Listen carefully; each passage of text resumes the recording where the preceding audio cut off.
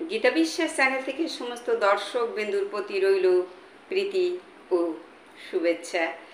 দেখতে থাকুন, শুনতে থাকুন। আজকে আলোচনা করব অটিজম নিয়ে। এই অটিজমের বাচ্চারা কেমন হয়? দর্শক বিন্দু, এটা একটা জেনেটিক কোডের সমস্যা। হ্যাঁ, জিনের ভিতর ডিএনএটা ভেঙে গিয়ে সমস্যাগুলো তৈরি হয়।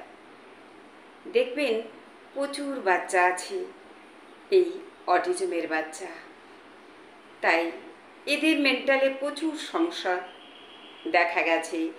এবার রিসার্চ করে দেখা গেছে এরা বিভিন্ন দিক থেকে এরা অ্যাগ্রেসিভ হয়ে ওঠে। দর্শক বৃন্দ, তাই আজকে এই অটিজম নিয়ে আলোচনা করব।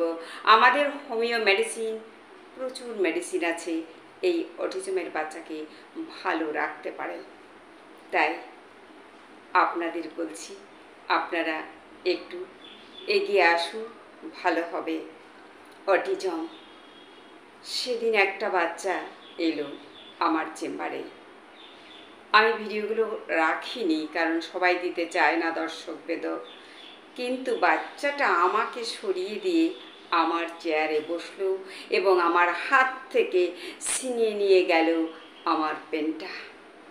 হ্যাঁ, আমি কিন্তু দেখছি, আমি তো জানি। আর ওদের তো সেইভাবেই কন্ট্রোল করতে হবে। মেন্টালে আমরা সেইভাবেই তৈরি হয়ে বসি, এখানে কিছু করার থাকে না। তবে ছোট্টবেলা থেকেই এদের কিন্তু এটা বোঝা যায়। হ্যাঁ, একবার একটা বাচ্চা দিদিমণি পড়াতে এসেছে, ব্যাস পড়ানো হচ্ছে। এবার সে কি করলো, দিদিমণিকে সাঁড়াশি আছে, সাঁড়াশি, সেই সাঁড়াশি দিয়ে দিদিমণিকে চেপে ধরল। এবার দিদিমণি তো পরিচিত, এবার সে কষ্ট পেলেও কিছু বলেনি, কিন্তু আমার চোখটা এড়ায়নি। অটিজম। এবার এরা কি করে, স্কুলে গিয়েও দেখা যায় অনেক বাচ্চা হ্যাঁ অনেকভাবে ক্ষতিগ্রস্ত করে অন্য বাচ্চাকে। দুদিন আগেই আমার চেম্বারে এসে একজন বলল ওর 1.5 লক্ষ টাকা খরচ হলো, ভেলোর নিয়ে গেছে। খেলা করতে করতে ওরা হয়তো প্যানিসে হাত দিয়েছে। এটা একটা রোগ।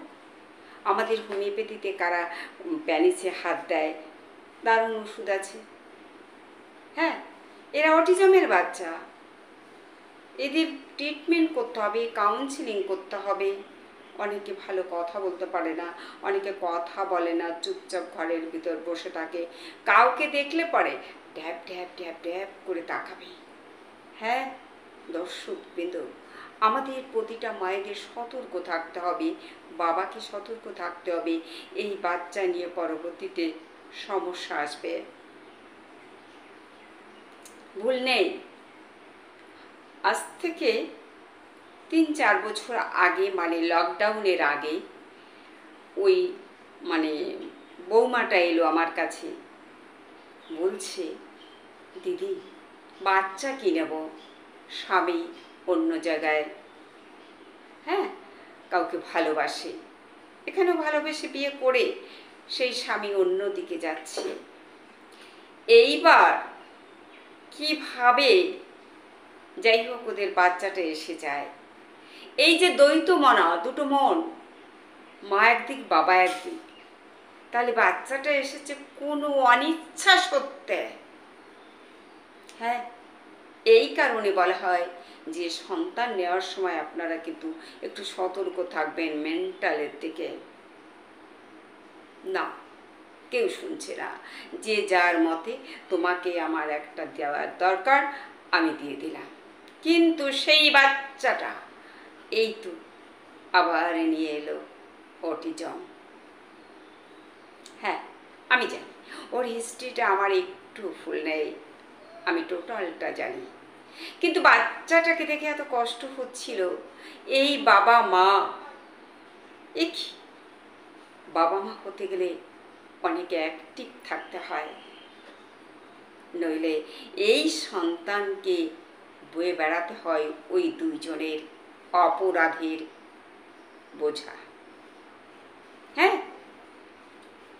আমরা টাকা বাড়ি গাড়ি আছি, আমি যেটা করব সেটাই হবে। না গো না, না হতে পারে না। তাই এই দুটো বাচ্চাকে দেখে বুঝলাম যে কি অবস্থা। তাই দর্শকবৃন্দ সকলে সতর্ক থাকতে হবে। আজকে এখানেই রাখবো। নমস্কার।